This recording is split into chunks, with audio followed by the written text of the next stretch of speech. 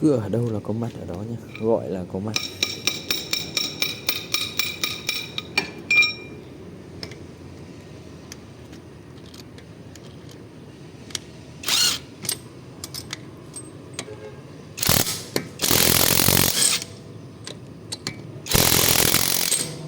Quế này nè. Ok, ép má luôn. Công cụ để phá đấy.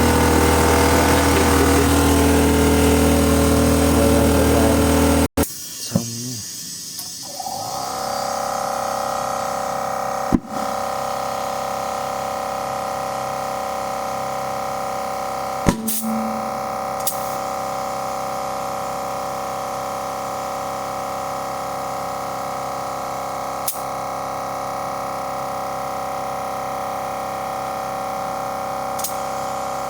Mọi người có nhu cầu cứu hộ cứ tìm hiểu Mitsubishi được đội cứu hộ Đoan Hùng nhé, có trên mọi mặt trận.